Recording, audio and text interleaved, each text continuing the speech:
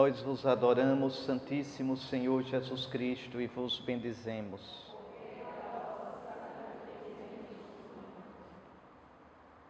No ofício de leituras, o ofício que nós, religiosos, ministros ordenados, os monges, temos que rezar, na segunda leitura, um autor antigo da Igreja, do século IV, pergunta assim: o que está acontecendo hoje? O que aconteceu neste sábado santo? É o segundo dia do Tríduo Pascal, como eu já expliquei. Este segundo dia começou ontem ao entardecer. Nós começamos a celebração da Paixão às 3 da tarde. Vamos sempre tomar o horário oficial, não é?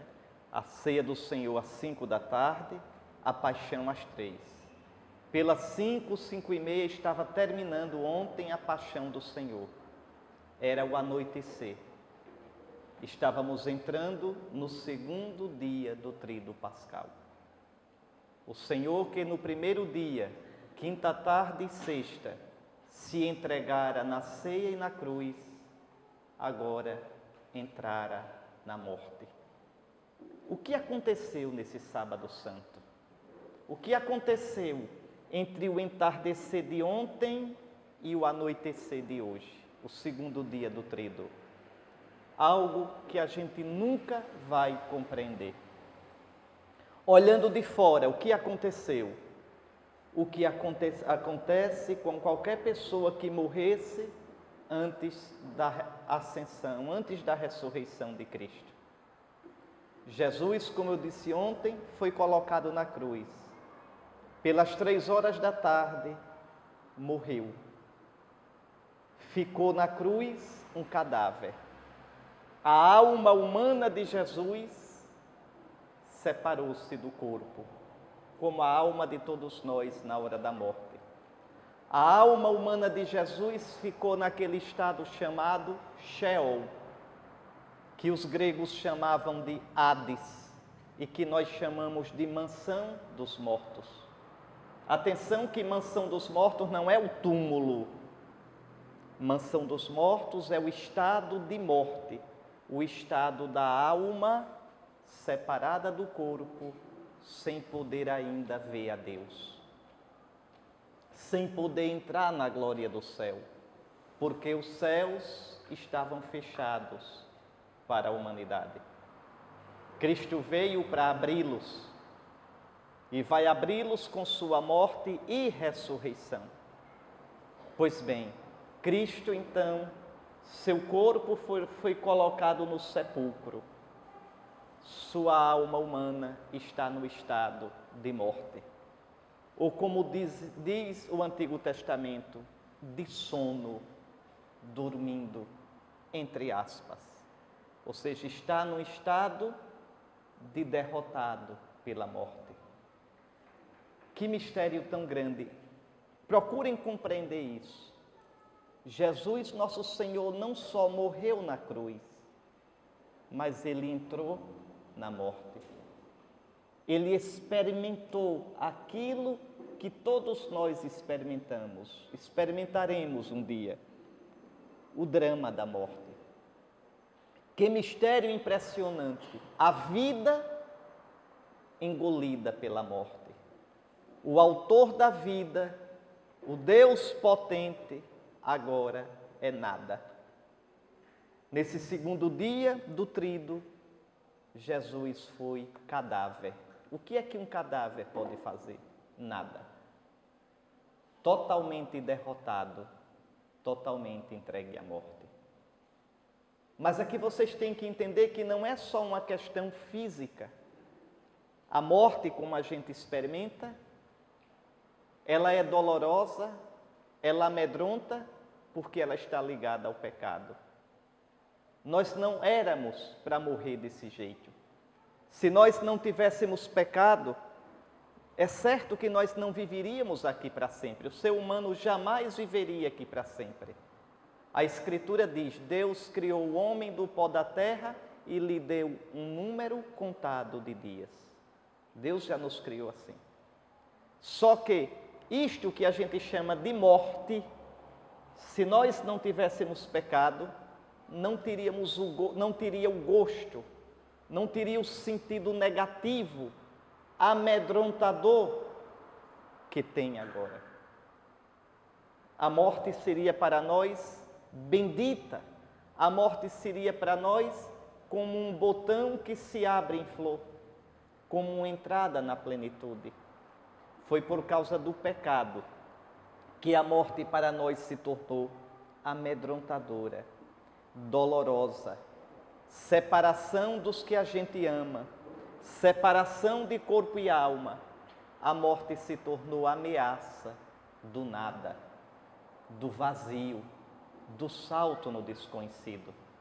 Tanto que vejam, mesmo nós que cremos, mesmo nós que amamos a nosso Senhor, às vezes quando paramos para pensar na morte, sentimos aquela repulsa, aquele medo, e nós morreremos. São Paulo diz na sua segunda carta aos Coríntios, no capítulo 5, que nós gostaríamos de nos vestir do corpo glorioso, sem ter que nos desvestirmos deste corpo mortal. Vejam, nenhum de nós quer morrer. Então a morte que Jesus enfrentou foi essa morte amedrontadora. A minha alma está triste até a morte. Pai, se esse cálice puder passar sem que eu beba. Jesus entrou na morte.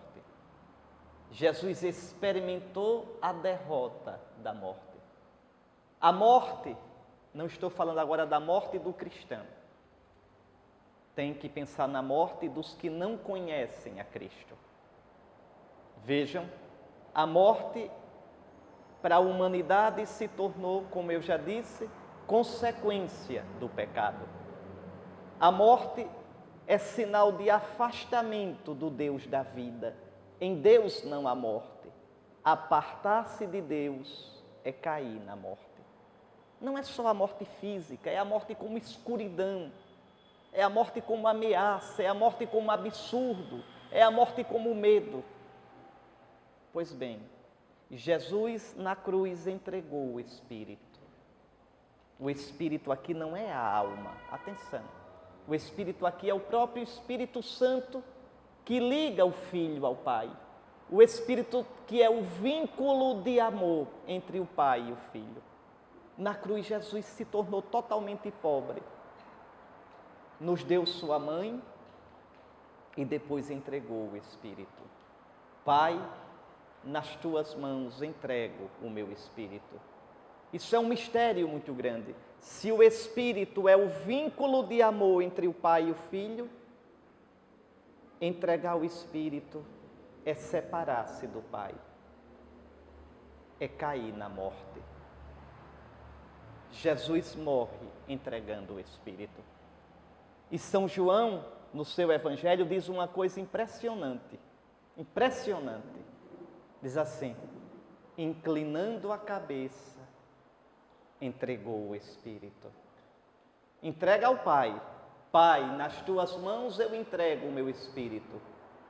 Mas vejam, João diz diferente. Inclinando a cabeça, entregou o Espírito. Entrega ao Pai. Mas tentem imaginar, Jesus está na cruz. Quem está abaixo de Jesus aqui na cruz? A mulher e o discípulo amado. Jesus inclina a cabeça e entrega o Espírito, prenunciando que com a sua morte ele vai derramar o Espírito sobre a igreja, sobre a mulher e o discípulo amado. A entrega do Espírito que Jesus faz ao Pai é prenúncio da entrega do Espírito que no Pentecostes ele fará a nós. Vejam, Jesus agora está totalmente pobre. Jesus entrega tudo. Jesus fica sem nada e cai na morte. Jesus experimenta a morte de toda a humanidade que estava sem Deus. Desceu à mansão dos mortos, ou como diz a liturgia antiga, desceu aos infernos, ou seja, ao mais profundo. Agora aqui vou tentar lhes explicar uma coisa, para que vocês consigam entender um pouquinho do mistério do dia de hoje. Ao entregar o Espírito, Jesus desce mais baixo do que qualquer pecador pode descer. Jesus desce a um estado de humilhação maior do que qualquer humilhado, qualquer pecador, por maior que seja, pode descer. E eu vou explicar por quê. Quando você ama uma pessoa, imagine uma pessoa a quem você ame muito, uma pessoa de quem você sabe o valor dela, que é tudo para você, e você se afasta dessa pessoa. Você perde essa pessoa. Que dor enorme. Quanto maior o amor, quanto maior a intimidade, maior a dor da perda. Jesus entrega o Espírito e se aparta do Pai. Mas Ele é o Filho amado. Ele veio do Pai. Ele sabe o carinho do Pai. Vejam, para Jesus apartar-se do Pai é mais doloroso do que para qualquer um de nós. Então Jesus experimenta na carne dele, na humanidade dele, na alma dele, a dor de se separar do Pai. O pai perde o filho, como o pai da parábola do filho pródigo, e o filho perde o pai. O filho vai para o exílio da morte, ali onde tudo é ausência de Deus. Mas vejam, Jesus não faz isso por raiva do Pai. Não, Ele mesmo diz, eu tenho o poder de dar a minha vida, de entregar. Este é o preceito que eu recebi do meu Pai. É o Pai que quer assim, por amor de nós. Aqui eu queria que vocês entendessem, vejam, da sexta para o sábado houve dentro de Deus, dentro da Trindade, uma rachadura. Entendam isso. O Pai e o Filho se amam no Espírito.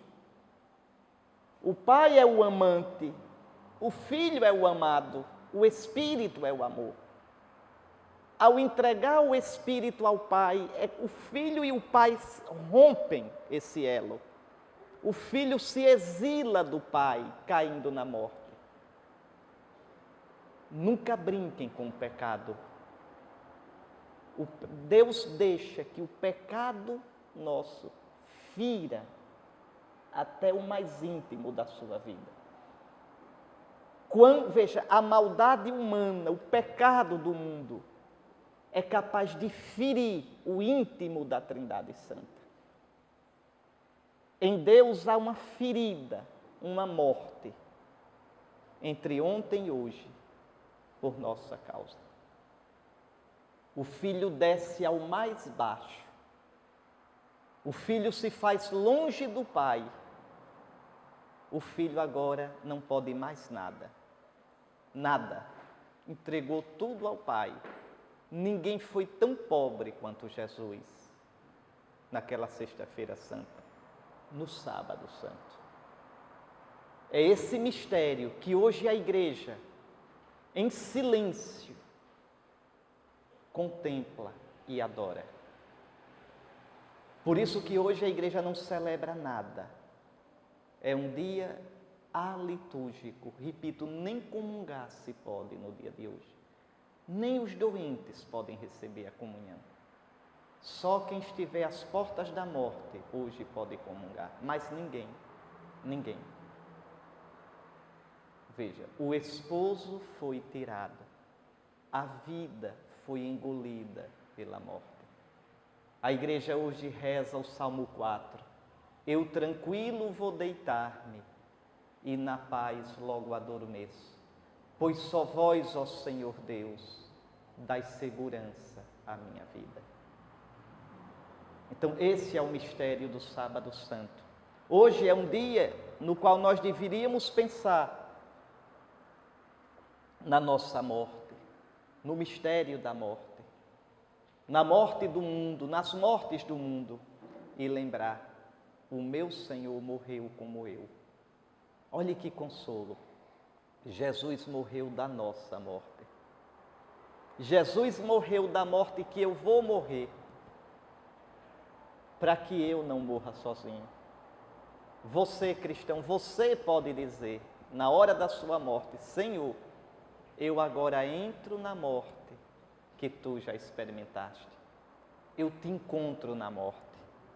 Nem na morte eu ficarei livre do teu amor. Nem na morte eu escaparei de ti. O que diz o Salmo 138? Se eu subo ao céu, eu te encontro. Se eu me prostro, se eu me jogo no abismo da morte, tu lá estás. Vejam o amor de Deus até onde chega, até abaixar-se desse jeito. Vejam, cristãos, a gente pensa tão pouco nisso, nessas coisas. Vejam, Deus não explica o sofrimento. Deus não explica as nossas mortes, as mortes da vida da gente, as derrotas, as limitações nossas, tantas coisas na nossa vida que a gente não entende. Deus não explica as nossas mortes. Ele morre conosco. Ele assume nossa vida e nossa morte. Hoje a gente pode dizer mais do que nunca: ainda que eu passe pelo vale da morte, eu não temerei. Tu estás comigo. O teu bordão e o teu cajado me dão a segurança. Eu posso dizer: Senhor, eu entro na tua morte para participar da tua ressurreição. Muito bem. É esse o mistério deste Sábado Santo. Tu, cristão, és chamado a enfrentar as mortes da vida, certamente chorando, certamente sofrendo.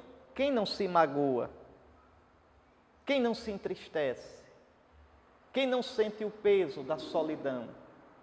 Mas lembra-te, cristão, o teu Senhor experimentou tudo isso.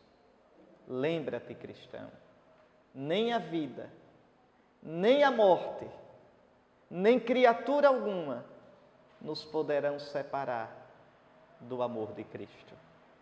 Nada, porque Ele assumiu tudo o que é nosso, tudo.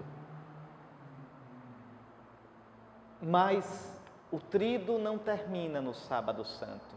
Hoje, quando o sol se esconder, não antes, é proibido pela igreja, quando o sol se esconder, depois que passar o sábado, no primeiro dia da semana, e é triste quando eu escuto os cristãos desejarem, e desejo até para o bispo, às vezes, bom fim de semana, pensando no domingo. Pelo amor de Deus, domingo não é fim de semana. Fim de semana são a sexta e o sábado. O domingo é o primeiro dia da semana. O domingo é o primeiro dia de um tempo novo. No domingo tudo começa. Eis que eu faço novas todas as coisas. Domingo é fim de semana para quem não conhece o Senhor, para quem considera o domingo na mesma farra da sexta-noite e do sábado. Então aí domingo é fim de semana, fim de farra. Mas para nós cristãos, não. O domingo é o começo de um novo tempo. É o primeiro dia depois do velho sábado dos judeus. É o dia do novo Adão. É o dia da nova criação. Lembre, Deus criou, disse: faça-se a luz no primeiro dia da semana. Houve uma tarde e uma manhã, primeiro dia. Vejam. E agora, o domingo é o dia da nova criação. Eis que eu faço novas, eis que eu renovo com a minha vitória, com a força do meu espírito, todas as coisas. Pois bem, depois que o sol se esconder e cair a noite e começar o primeiro dia da semana, que era para ser dia de treva, porque a vida foi morta, não há mais esperança. Vejam o que dizem, o que vão dizer amanhã à tarde, ainda sem saber da notícia, aqueles 2 irmãos nossos de Emaús. Nós esperávamos que ele fosse redimir Israel. Não esperam mais. Pois bem, o domingo, aquele primeiro dia da semana, teria tudo para ser um dia de treva, de uma ressaca, de uma desilusão, de uma tristeza. Mas não. Quando o sol se esconder, no meio da noite, noite que lembra a mansão dos mortos, noite que lembra a morte, o Pai que se calou na quinta-feira santa à noite, quando Jesus gritou: Pai, se esse cálice puder passar sem que eu beba. O Pai que se calou diante da paixão do Filho, diante da cruz do Filho, diante da morte do Filho. O Pai que não deu uma palavra neste sábado. O Pai vai falar. O Pai encherá a morte de vida. O Pai encherá o escuro da mansão dos mortos com a potência do Espírito. Vejam, o Filho entregou o Espírito ao Pai e caiu na morte. O Filho entregou na sexta-feira santa o Espírito ao Pai e ficou sem nada. Agora, o Pai dá o Espírito ao Filho. Eu não vou dizer que devolve. É pouco, é muito pouco. Não devolve. Dá o Espírito de um modo novo. Antes de ressuscitar, antes de morrer, Jesus tinha o Espírito Santo. Toda a missão de Jesus foi na força do Espírito Santo. Mas entendam isso, vocês têm de entender isso para entender o que é ser cristão. Senão não vão entender o que é ser cristão.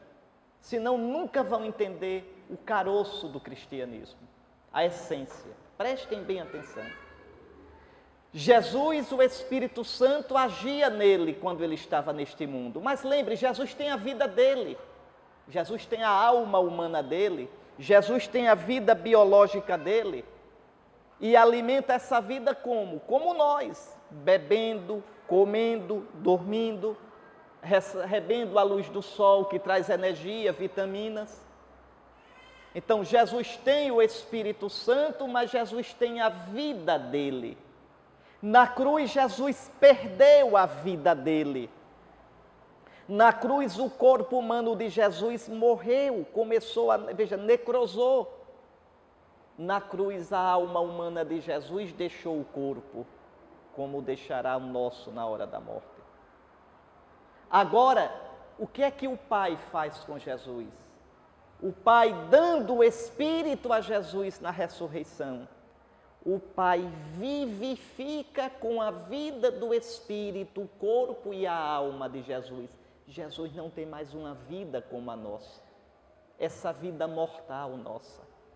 Essa vida que precisa do feijão e da água. Jesus não tem mais essa vida. Como o fogo impregna uma barra de ferro se você colocá-la no fogo, o corpo de Jesus agora é matéria, mas toda espirituada, toda impregnada de Espírito Santo. O corpo de Jesus agora não obedece mais às leis desse mundo. O corpo de Jesus agora não padece, não envelhece, não tem mais as limitações do nosso corpo. Tanto que no Evangelho não se descreve o corpo de Jesus ressuscitado. Não se pode descrever. O Apocalipse, quando vai descrever Jesus ressuscitado, é a coisa mais linda do mundo, porque descreve sem conseguir descrever. Os cabelos brancos, porque ele é eterno. Olhos de fogo, da sua boca sai uma espada, sua voz é como trovão, seus pés são firmes como o bronze incandescente. Veja, são imagens para descrever o que não se pode descrever. A única coisa que fica igual no corpo de Jesus, a si mesmo transfigurada, para que ele possa ser reconhecido, é o que ele sofreu por nós. São as chagas. Essas não se fecharão nunca. São chagas gloriosas, mas são chagas. As chagas que ele recebeu por nós. As chagas do seu amor por nós. Mas vejam, Jesus agora é todo glorioso, seu corpo é glorioso, sua alma agora é toda cheia de Espírito Santo. Jesus nunca mais vai se entristecer, nem se angustiar. Jesus nunca mais vai dizer: a minha alma está triste até a morte. Jesus nunca mais vai dizer: a minha alma está prostrada na poeira. Ele é o homem novo. Ele é tudo que a gente queria ser e procura ser de modo errado, buscando uma plenitude naquilo que não dá plenitude, nas coisas que passam. Na madrugada do sábado para o domingo, o Pai derramou o Espírito sobre Jesus e o glorificou. Mas entendam, vocês podem dizer: mas Jesus já era Deus. Não! Jesus era Deus, é Deus na sua divindade, na sua pessoa divina, mas na sua humanidade ele era homem. Como Deus, Jesus é eterno. Como Deus, veja, ele é o verbo que sempre existiu. Mas eu estou falando agora da humanidade de Jesus, o corpo que foi criado no ventre de Maria, a alma humana que foi criada no ventre de Maria. Veja, é a alma humana, é o corpo humano de Jesus que agora são glorificados. Um da nossa raça. Veja, um da nossa raça agora está divino no seio do Pai. É essa a nossa salvação. Veja, é o homem Jesus. Jesus é uma pessoa divina, mas assumiu de verdade um corpo humano e uma alma humana. E na sua humanidade, como eu expliquei ontem, Jesus se humilhou. Jesus estava num estado de kenosis, de abaixamento. É o homem Jesus, ou seja, é Jesus na sua humanidade que é glorificado. E é Ele o nosso mediador. É Ele a causa da nossa salvação. Na madrugada, na noite de hoje para amanhã, como eu expliquei ontem, nós vamos ver, no meio da igreja escura, escura como a mansão dos mortos, a gente vai ver o círio pascal. É bonito aquele círio. Primeiro tem que ser virgem, nunca usado. A igreja vai cantar: ser a virgem de abelha generosa. Vejam, virgem, novo, como nova é a vida que Jesus recebeu na noite de hoje. E no círio nós vamos marcar, primeiro, uma cruz bem grande, porque aquele que venceu veio do combate. Na missa do dia de amanhã, a igreja vai dizer: no estupendo duelo entre a morte e a vida, o príncipe morto reina vivo. Que coisa linda! Ele chega com as chagas, ferido, mas vitorioso. Vitorioso da batalha, venceu, destruiu a morte, destruiu quem nos tinha presos. A carta aos Hebreus diz que Jesus libertou da morte. Atenção para isso. Jesus libertou da morte aqueles que por medo da morte eram prisioneiros do diabo. Essa palavra é terrível da Escritura e misteriosa. Vou repetir e vou explicar. Jesus, com a sua vitória, nos arrancou do nosso carrasco, do nosso senhor, o diabo. A Escritura diz que nós Éramos escravos do diabo por medo da morte. O que significa isso? Que medo da morte é esse? Prestem bem atenção. Morte é cada perda nossa. Morte é cada coisa negativa na nossa vida. Morte é minha saudade, morte é minha velhice, morte é uma derrota que eu tenho, morte é um prazer ao qual eu renuncio. Daí vem mortificação. Morte é tudo aquilo que nega, de certo modo, a minha vontade. Tudo aquilo que nega, de certo modo, os meus planos.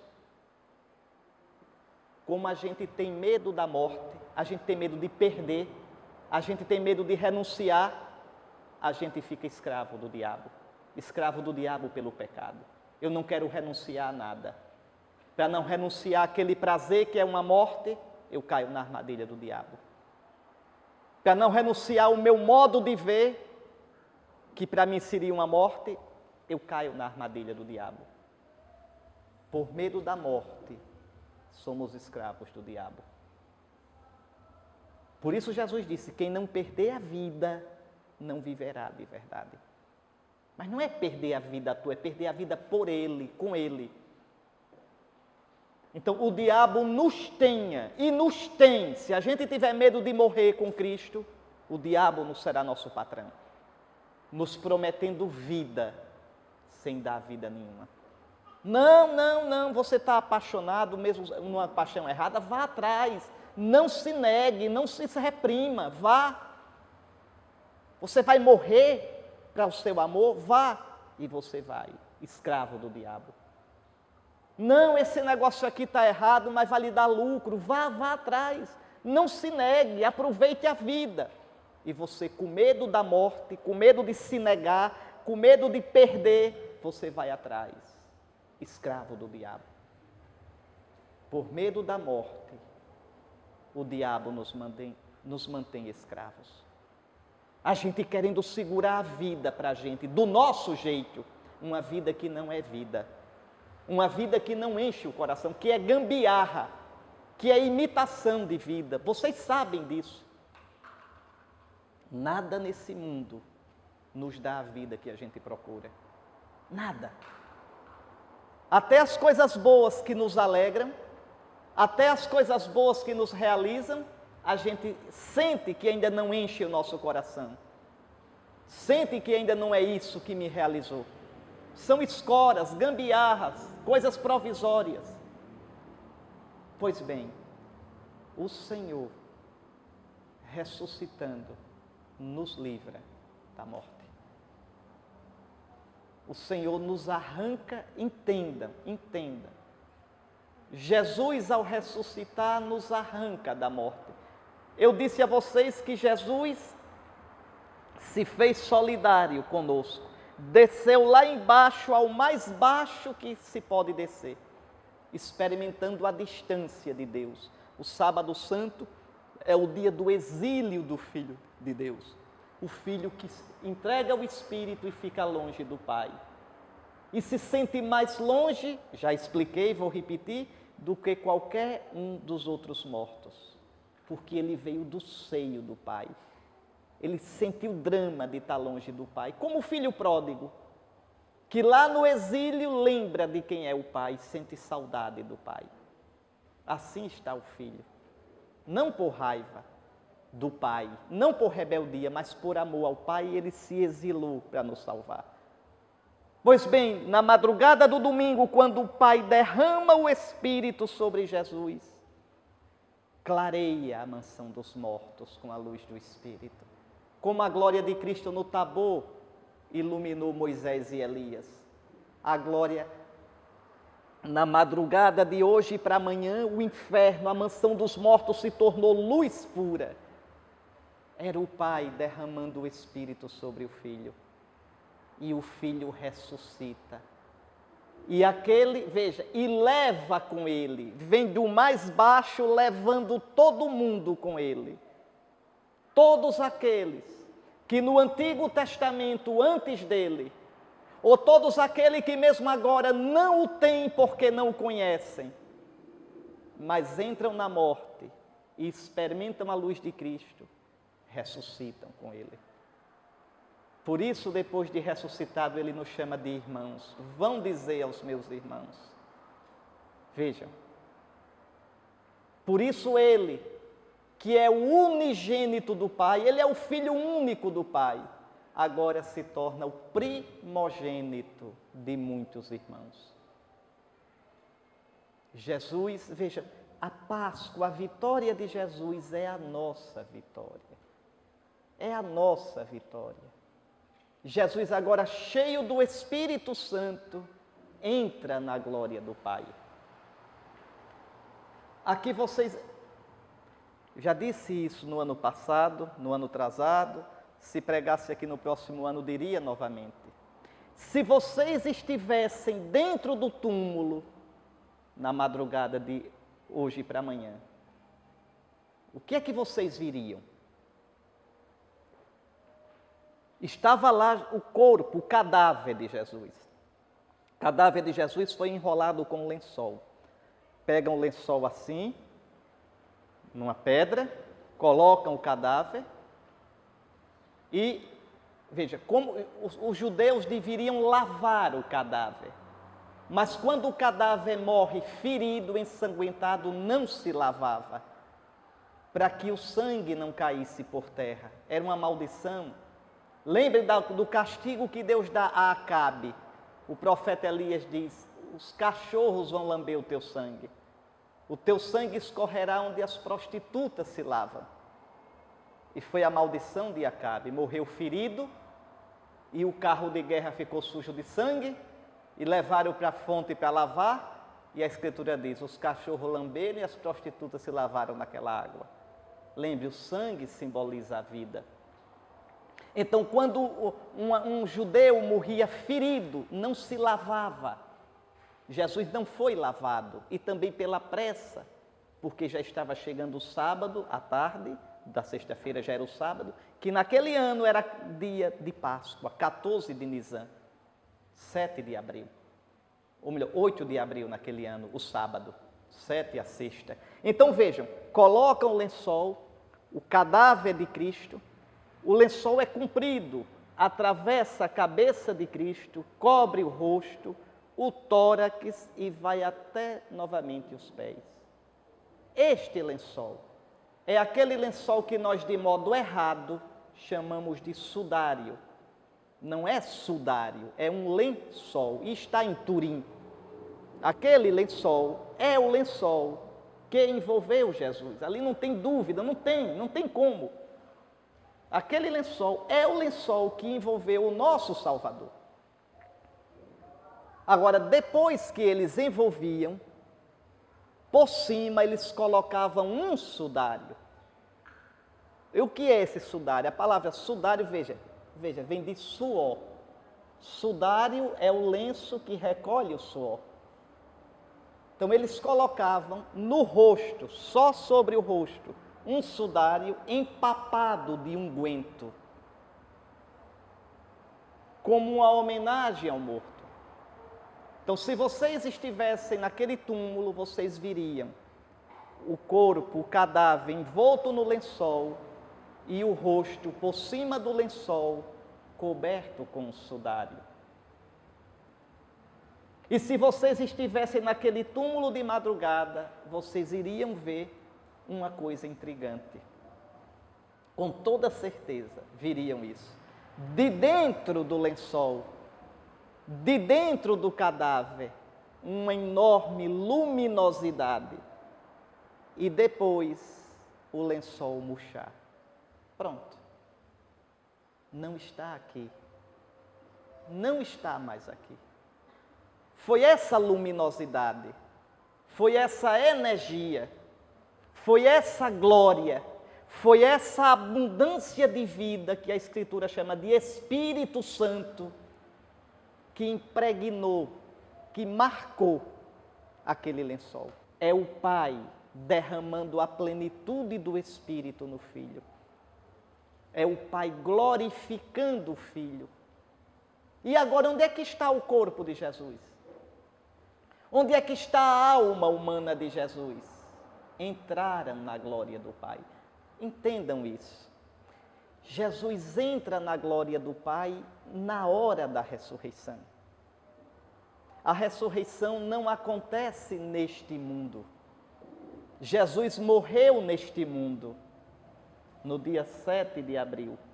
Jesus foi sepultado neste mundo, num túmulo de José de Arimateia, nas imediações de Jerusalém. Mas Jesus não ressuscita neste mundo, porque ressuscitar não é voltar a esta vida. Jesus ressuscita no Pai. Amanhã de manhã a igreja canta, se vocês pegarem um missal, olhe qual é lá a antífona de entrada da missa. É Jesus falando: ressuscitei, ó Pai, e estou sempre contigo. Pousaste sobre mim a tua mão, tua sabedoria é maravilhosa. Jesus ressuscita na glória do Pai. Vocês vão perguntar, e a ascensão? Na ascensão, Jesus recebe do Pai, Jesus glorificado, recebe do Pai a autoridade sobre o universo, sobre a história. Jesus recebe do Pai o poder de ser juiz. A ascensão, veja, está sentado à direita do Pai, quer dizer, recebe toda a autoridade do Pai sobre o universo todo. Toda a autoridade me foi dada no céu e na terra. É esse o sentido da ascensão. Então, e por que Jesus diz a Madalena, não me retenhas, porque ainda não subi ao Pai? Jesus quer dizer aqui duas coisas a Madalena. Primeiro, não podemos mais ter aquela relação com Jesus que tínhamos antes. Não podemos mais tocá-lo como antes, ele agora está glorificado. São Paulo vai dizer, ainda que tenhamos conhecido Jesus segundo a carne, agora já não o conhecemos assim. Jesus agora está glorificado. Onde é que vocês podem encontrar Jesus? Me digam. Nos sacramentos. De verdade, ele está lá. Mas agora ele só se faz visível a nós na ação do seu Espírito Santo. Naquela água do batismo, vocês são mergulhados no Espírito dele. Na Eucaristia, vocês comungam o corpo dele. Na confissão, recebem o perdão dele. Na crisma, recebem a força do Espírito dele. Ele está vivinho entre nós. Se a gente consegue ter fé, é pela ação dele. Se a igreja não se acaba, é por causa dele. Ele está entre nós, vivo. Ele está dentro de nós, vivo, mas na potência do seu Espírito. Ele pessoalmente está no céu. E, no entanto, na potência do seu Espírito, ele está em cada um de nós, entre nós. É a vida da nossa vida. Esse Espírito que ele recebeu na madrugada de hoje para amanhã, na ressurreição, ele esparrama esse Espírito Santo sobre nós, na igreja, pelos sacramentos. Vejam, meus irmãos, a fé em Cristo, a nossa vida espiritual, a nossa vida cristã e os sacramentos são uma coisa só. E se não houvesse os sacramentos, eu não teria a vida de Jesus. Mas e se eu fizesse caridade? Mas não é caridade em Jesus, porque não tenho o Espírito de Jesus. E por que não tenho o Espírito de Jesus? Porque não recebi nos sacramentos. Ah, e se eu fosse casto, honesto, decente, direito? Ótimo, mas não é cristão, não tem a vida de Jesus. Ah, mas eu admiro Jesus. E o marxista admira Marx. Vejam, e o existencialista admira os existencialistas, mas não tem a vida dentro de si, a vida de Jesus. A nossa questão é ter a vida de Jesus, para que as nossas mortes sejam mortes em Jesus, e depois a nossa ressurreição seja em Jesus. E isso só nos é dado pelo Espírito de Jesus morto e ressuscitado. E eu só tenho um jeito de receber esse Espírito, nos sacramentos da igreja. sobretudo na Eucaristia, que é o centro, o miolo da vida, é a Páscoa do cristão. Ali eu comungo Jesus quebrado e ressuscitado, como eu expliquei na quinta-feira santa tarde. Jesus imolado e ressuscitado, glorioso. Porque a ceia eucarística não é a última ceia. Não é a última ceia. A ceia eucarística é a ceia do Cordeiro no céu. Olha no Apocalipse como é. É o Cordeiro de pé como que imolado. É o Jesus sacrificado, mas sacrificado em glória diante do Pai e no Espírito Santo. É esse Jesus que se torna presente na ceia. Que não é ceia, é o sacrifício de Cristo em forma de ceia. É o sacrifício glorioso de Cristo. Agora glorioso, como as chagas são gloriosas, como o corpo é glorioso, como o amor de Cristo é glorioso, como a alma humana de Cristo é gloriosa. É disso que a gente participa. A gente já participa da morte e ressurreição de Cristo. A gente já participa da glória do céu. Tudo isso fruto da noite de hoje. Toda a nossa vida cristã nasce, vive da noite de hoje, da Páscoa. Por isso a igreja vai cantar daqui a pouco. Eis agora a Páscoa, nossa festa, na qual o real Cordeiro se imolou. Veja, a Páscoa, a gente nasceu para essa Páscoa. A gente nasceu para essa festa. Para essa Páscoa Jesus veio ao mundo. Para esta Páscoa. Então, vamos voltar aqui. Cristo, nosso Salvador, o Pai que se calara, e o Pai que se cala tantas vezes na nossa vida, nos sofrimentos da nossa vida. O Pai sempre diz a última palavra, e a última palavra é vida, é ressurreição. Jesus ressuscitou. Tudo isso aparece na liturgia de hoje. Eu dizia, o Círio Pascal, ser a virgem da abelha generosa, é marcado pela cruz. As chagas de Cristo nunca vão desaparecer. Existe uma coisa no Apocalipse que sempre me impressionou. No capítulo 2 do Apocalipse, aparece Jesus como cordeiro. Quer coisa mais mansa do que um cordeiro? Quer coisa mais doce do que um cordeiro? Aliás, deixa eu dizer uma coisa para vocês. Vejam, imaginem no dia da ressurreição. Eu disse a vocês o quê? O corpo desapareceu daquele lençol. O lençol murchou. Para onde foi Jesus? Eu disse, para o Pai. No Apocalipse mostra Jesus chegando no Pai. Deixa eu só dizer isso a vocês e depois eu volto para explicar o que eu queria. João diz, logo no começo do Apocalipse, eu escutei uma voz que disse, vem, que eu vou te mostrar o que deve acontecer. Quando João vai, veja, João vai, Deus faz com que João chegue na visão dele antes da ressurreição de Cristo. Antes da ressurreição. Aí João diz, eu vi uma multidão que adorava aquele que está no trono. João não descreve aquele que está sentado no trono, é o Pai. E eu vi que ao redor do trono, invadindo o trono, havia 7 espíritos, é o Espírito Santo. 7 quer dizer plenitude. 7 são os sacramentos no qual o Espírito é dado. Veja, mas João não vê Jesus. Vê o Pai, está lá o Pai, está lá o Espírito Santo. E uma multidão está lá, uma multidão incalculável de seres que a gente nem imagina. E aí João diz, eu vi, não estava lá, vai chegar agora, eu vi, chegando agora, chegando do túmulo, de pé, como que imolado, de pé e ainda ferido, mas com as feridas gloriosas, eu vi um cordeiro, é ele. É o nosso Jesus. É o Jesus que a gente viu, homem de dores. É o Jesus que foi deixado no túmulo lacrado, bem lacrado, guardado pelos guardas do Sinédrio. Não está mais ali. Eu vi, veja, diante do trono, de pé, o vencedor, chegando da batalha. Num tremendo duelo entre a morte e a vida, o príncipe morto reina vivo. Vejam.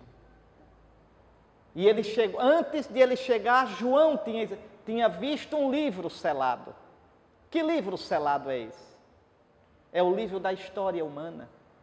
É o livro da sua história.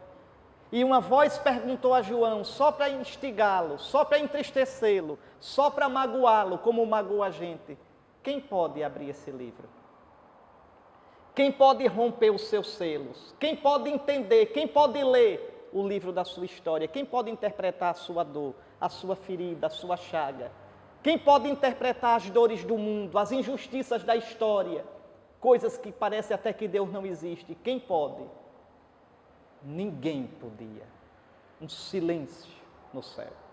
E João diz, eu chorava muito, porque ninguém, nem no céu, nem na terra, era digno de abrir o livro e de lê-lo. E o ancião me disse, não chores. O cordeiro que foi imolado, o homem de dores que foi destruído, destroçado, que foi humilhado, o homem de dores no qual caiu todo o absurdo, toda a injustiça do mundo. Veja, não chores. O cordeiro que foi imolado é digno de receber o livro. Aí sim, João olha e lá está o cordeiro, chegando agora, fresquinho, fresquinho, do túmulo, ainda com o cheiro dessa terra, mas glorioso. E aí o livro é entregue ao cordeiro. E quando o livro é entregue ao cordeiro, todos se prostram, todos. Tu és digno de receber o livro e de ler suas folhas lacradas, porque tu foste imolado por nós. Veja, tu derramaste teu sangue por nós. Tu experimentaste a dor humana. Tu experimentaste o drama da criação, o escuro da nossa vida. Tu és digno. Tudo isso aconteceu na noite de hoje para amanhã. Por isso a igreja vai dizer, ó noite em que Jesus venceu o inferno, ao ressurgir da morte vencedor. Do que nos valeria ter nascido, se não nos redimisse em seu amor? Noite bendita. Tudo isso, vejam, aquele sírio, vamos voltar ao sírio, virgem, como o Cristo ressuscitado, novo Adão, mas com a marca da cruz. E nós vamos, o padre, o ministro vai colocar o alfa e o ômega, o A e o Z em grego. Porque entendam, ele, Jesus imolado e ressuscitado, é o princípio e o fim de toda a criação, de toda a história, da minha história, da sua história. Meus irmãos, é isso que a gente precisa entender. A sua história é tão pequenininha. As pessoas não conhecem, não sai no jornal, não vira romance, nem novela. É a sua história que parece tão sem importância. E, no entanto, é a sua história. Com as suas feridas, com as suas esperanças, com as suas lágrimas, com as suas vitórias. É a sua história. Pois a sua história não é uma história à toa. O sentido dela é Cristo. Ele é o alfa e o ômega de tudo. Ele é o princípio e o fim de tudo. Você, cristão, você tem a alegria, você tem o consolo de saber que sua história tem valor. Eu fico tão impressionado agora com as redes sociais. Como as pessoas sentem necessidade de dizer o que estão fazendo, de colocar o tempo todinho, a cada minuto, uma fotografia, uma informação sobre o que estão fazendo. Deus sabe. Não precisa que os outros saibam. A sua importância não vem dos outros saberem que você agora vai tomar banho. A sua importância vem do fato de que a sua história foi assumida por Cristo. Ele é o alfa e o ômega da sua história. Porque no Facebook você bota quando está sorrindo, mas você não coloca o seu pecado, a sua mesquinhez, a sua queda, a sua solidão, a sua fraqueza, nem vai colocar a sua morte. Isso o Senhor conhece. O Senhor redime, o Senhor dá um sentido. Alfa e ômega, princípio e fim. Vocês vão ouvir isso hoje à noite, ao preparar o círio. E depois, o celebrante diz: a Ele o tempo e a eternidade, pelos séculos sem fim. Amém. E marca o ano atual, 2014. Entendam, a Páscoa é hoje, a Páscoa é agora. Nós, celebrando a Páscoa, entramos na Páscoa de Cristo. A Páscoa de Cristo invade a nossa vida. A ressurreição de Cristo é hoje. Tantos dizem no mundo que Jesus é anacrônico, que o cristianismo é do passado, tolinhos, bobos. A Páscoa está acontecendo hoje.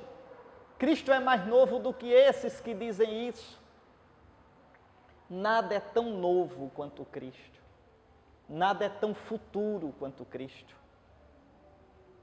Vejam, ainda que os cristãos fossem somente 12, 10 no mundo, não adianta. Cristo está lá com toda a sua força redentora e o mundo será julgado por Ele. A força de Cristo não vem de fora, do fato dos grandes do mundo aplaudirem a gente, do fato da imprensa elogiar a igreja. Não vem disso, isso é glória do mundo. Vês a glória do mundo, é glória vã. A nossa glória vem da cruz e da ressurreição de nosso Senhor Jesus Cristo. Da vitória do Senhor. 2014, está lá marcado no círio.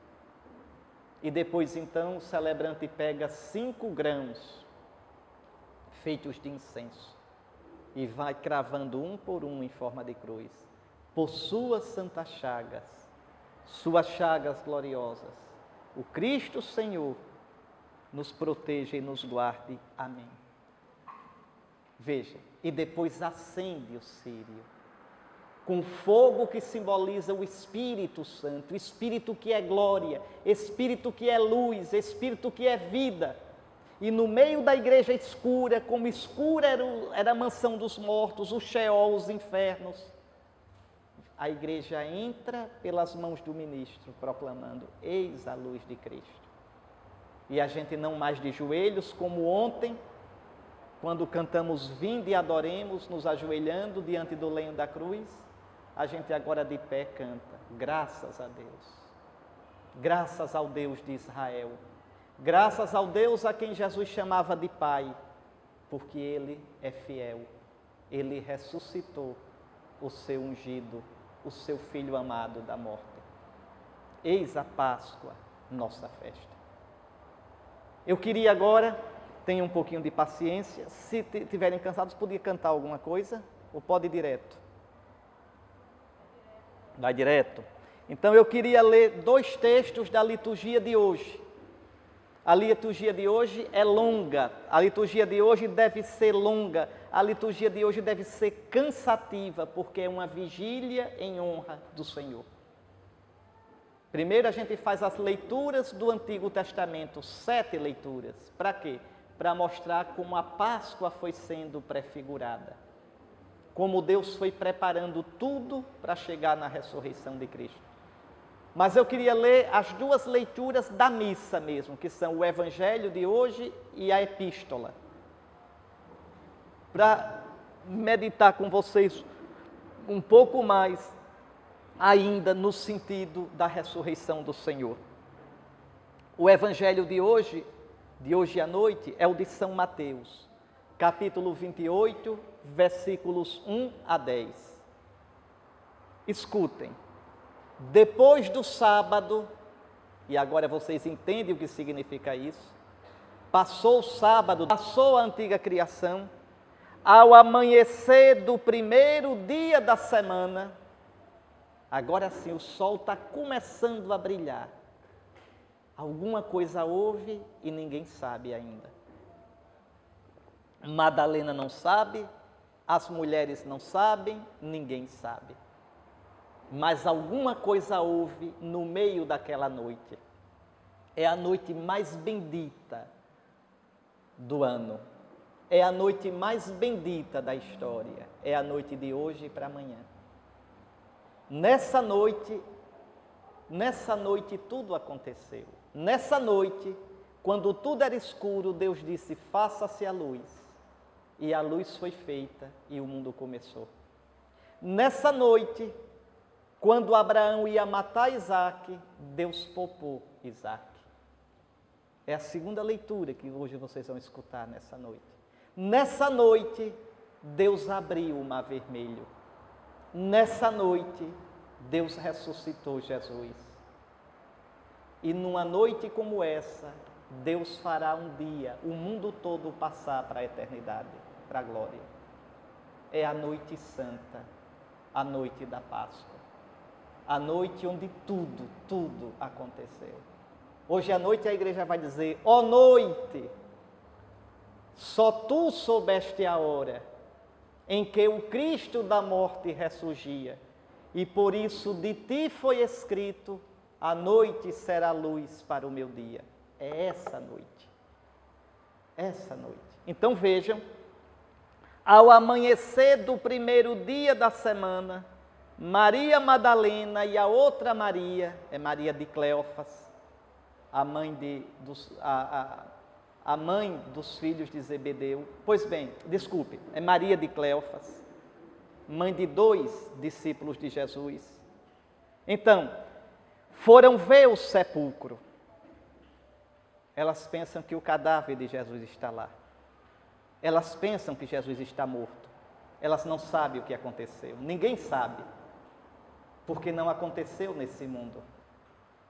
Vejam, vou dizer uma palavra para vocês que vocês vão estranhar, mas depois eu explico. Depois eu explico. A ressurreição de Jesus não é um fato histórico. A ressurreição de Jesus é um fato real, mas não é histórico. É histórico o que acontece nesse mundo. A ressurreição de Jesus não acontece nesse mundo. A ressurreição de Jesus acontece no Pai. Ele atravessou, a gente ficou do lado de cá. A gente ficou, não pode, ninguém viu a ressurreição. Os apóstolos viram o ressuscitado, mas não viram a ressurreição. E se você estivesse dentro do túmulo olhando, você não viria a ressurreição. Você viria um cadáver desaparecendo. Um cadáver desaparecendo não é uma ressurreição. A ressurreição é do outro lado. É um evento de Deus. De Deus. Veja. Pois bem, lá vão as mulheres ver o sepulcro. De repente, houve um grande tremor de terra. O anjo do Senhor desceu do céu e, aproximando-se, retirou a pedra e sentou-se nela. Atenção, aqui esqueçam que vocês já viram nesses filmes, mostrando Jesus aparecendo nu, ou Jesus se levantando. Nada, aquilo ali é de quem não entendeu o que é ressurreição.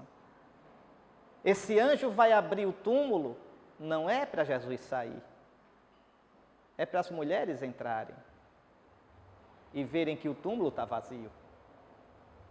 Se o túmulo continuasse fechado, elas pensariam que teriam ali dentro um cadáver e não tem mais nada.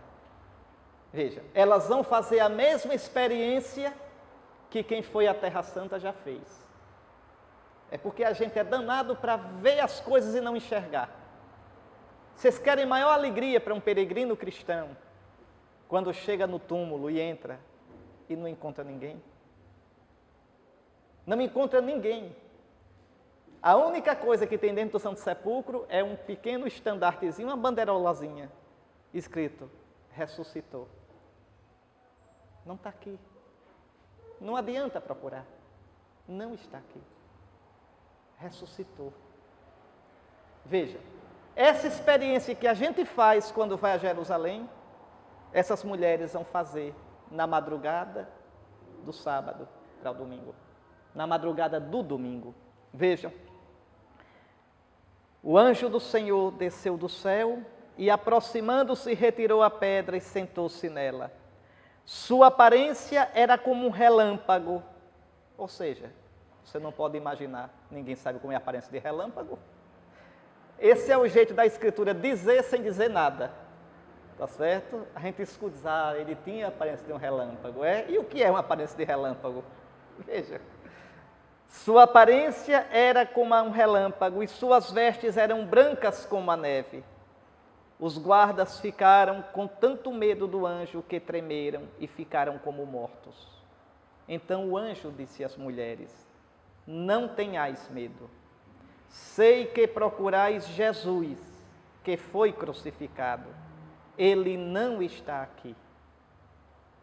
Acabou-se. Nem aqui, nem em canto nenhum que vocês procurarem. Ele está no Pai. Ressuscitou, como havia dito. Vinde ver o lugar em que ele estava. Mas repare aqui que logo depois não tem nem o gostinho de respirar. Olha, diz, vinde ver. E dá logo uma missão, ide. Disse, vinde, agora diz, ide, depressa, contar aos discípulos que ele ressuscitou dos mortos e que vai à vossa frente para a Galileia. Isso aqui é importantíssimo. Importantíssimo. Primeiro, veja, quem viu o túmulo vazio não pode mais ficar calado. Ali aconteceu alguma coisa grande demais. A morte foi vencida. Minha gente, é a primeira vez que alguém que morreu vence a morte. Nunca antes isso tinha existido. Nem pense em Lázaro, nem esse povo voltou para essa vida e morreu depois. Eu estou falando em vencer a morte para sempre. Eu estou falando em entrar onde não existe mais a morte.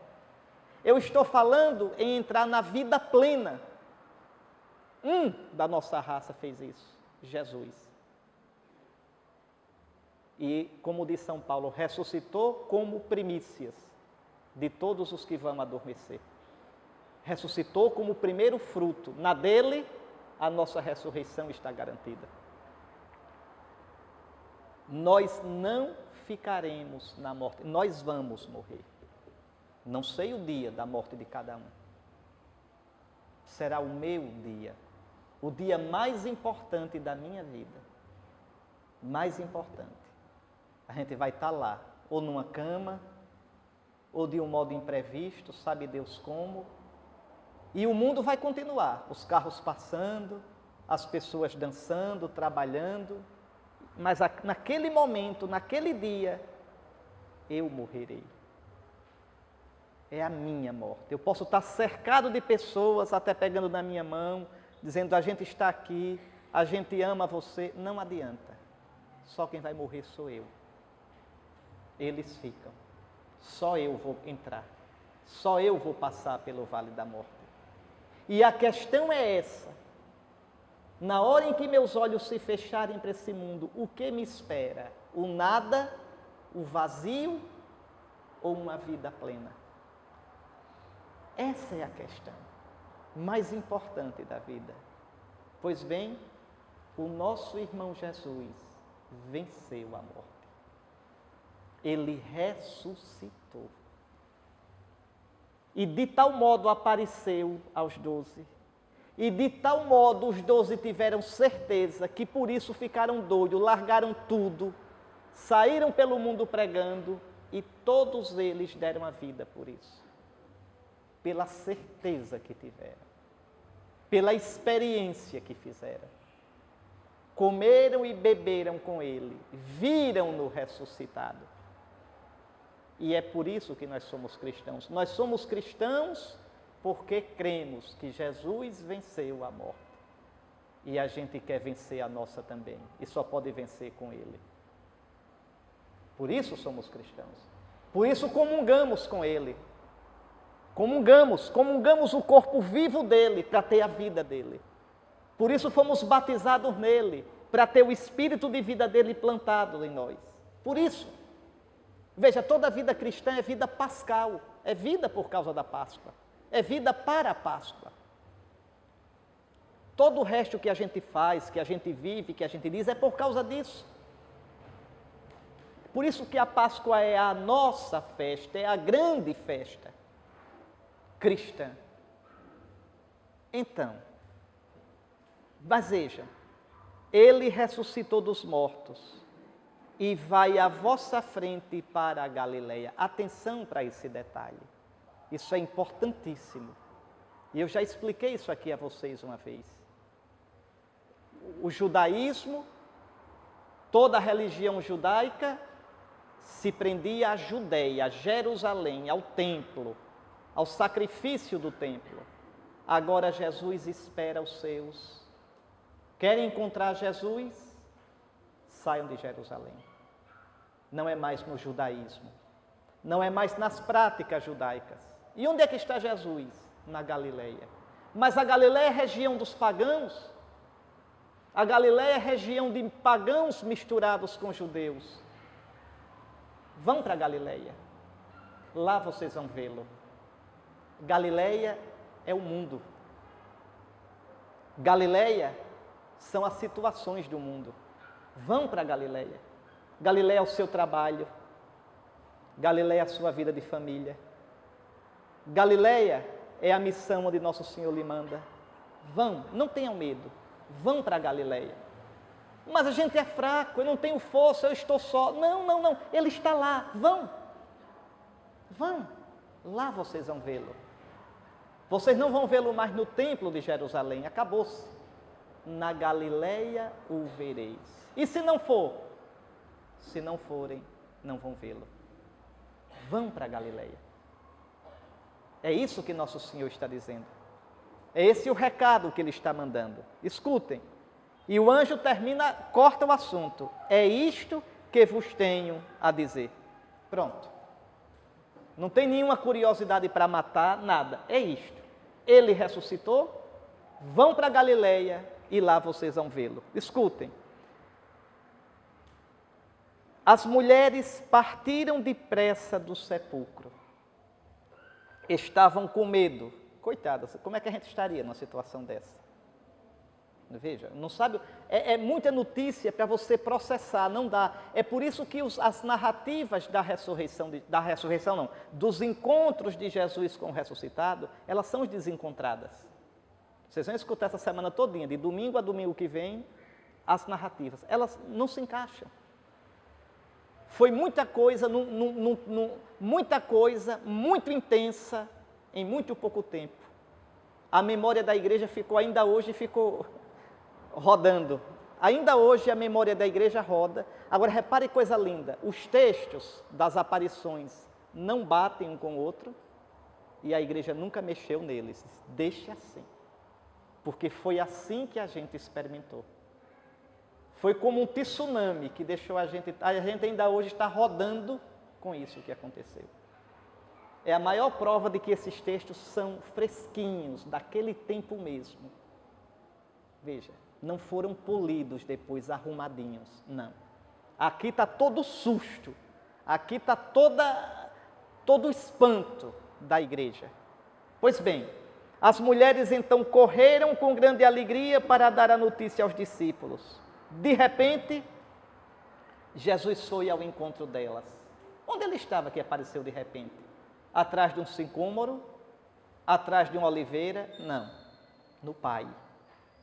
O Senhor já está no Pai e durante 40 dias vai se fazer visível. Ninguém, depois da ressurreição, nenhum olho humano pode ver Jesus.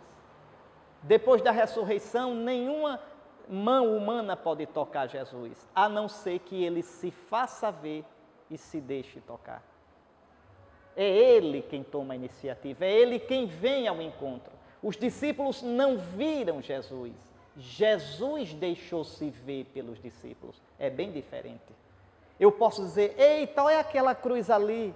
Veja, ela está lá, eu é que vejo. Com o ressuscitado, não. O ressuscitado se faz ver. O ressuscitado se faz ver e se dá a conhecer.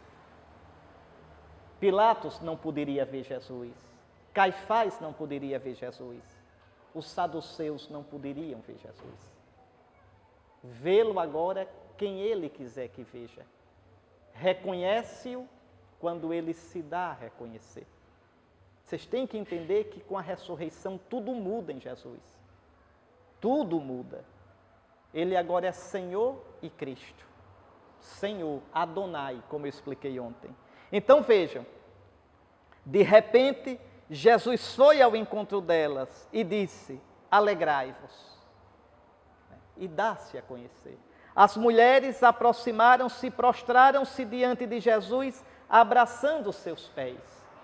Veja, Jesus agora está tão glorioso que dá medo, dá temor. As mulheres não ousariam mais nunca abraçá-lo. Não, não, não, não. É totalmente glorioso, não é mais deste mundo. Não é mais deste mundo. Vejam.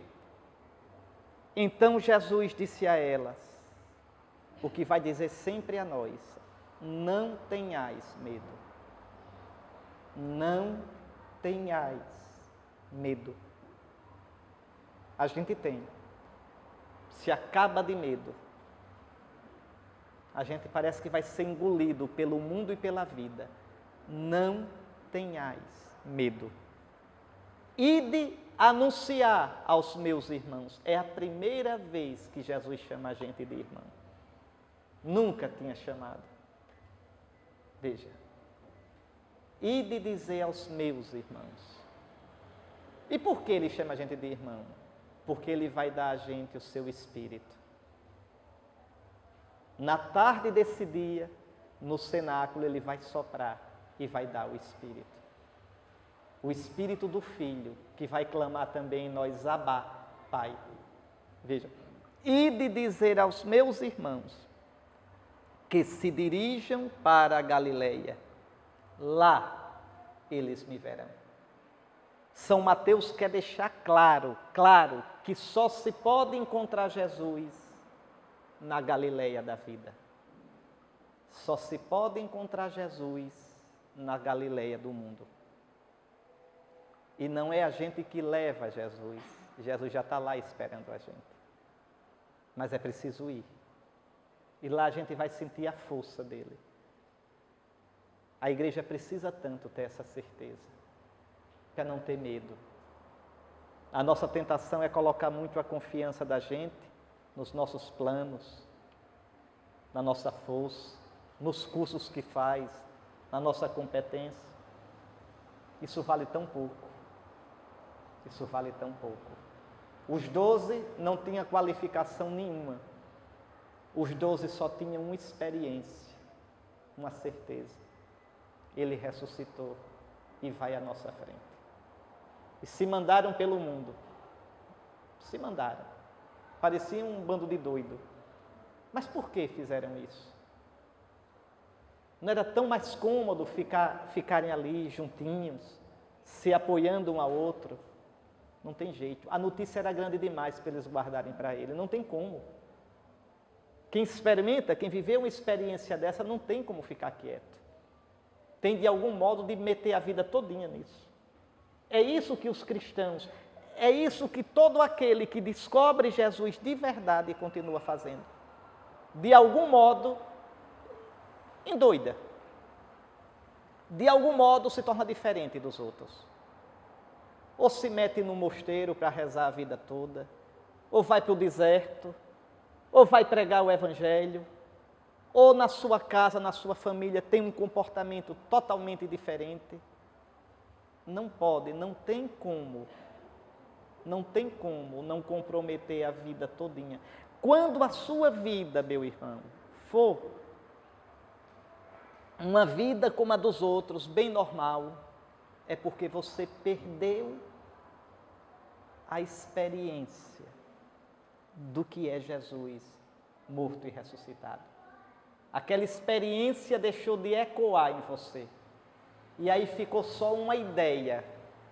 E você fica na mesmice da vida de todo mundo. Quando essa experiência de Jesus vivo, de Jesus que nos encontra, nos precede na Galileia, é viva na gente, não tem jeito. Você pode ter 14 ou 60 ou 70 anos. O entusiasmo é o mesmo. E não consegue ter uma vida medíocre. Porque ele ressuscitou. Porque ele está vivo. Meus irmãos, o Evangelho não é uma teoria, o cristianismo não é uma filosofia. O cristianismo é uma certeza nascida de uma experiência. Aquele túmulo está vazio. Eu posso perder a vida. É de chorar de emoção a gente olhar a vida dos mártires. Quanta doidice. Quantas mulheres mortas, homens mortos, crianças mortas. Quantos pais morreram junto de seus filhos por causa de Jesus, nosso Senhor. Por causa de uma certeza, a morte foi vencida. Zombaram da morte. Ó morte, onde está a tua vitória? Tua força foi quebrada. Por quê? Porque Ele ressuscitou. E nele e com Ele nós ressuscitaremos. E para terminar, a epístola que será lida na noite de hoje, da carta de São Paulo aos Romanos, tinha que ser essa mesmo. No capítulo 6.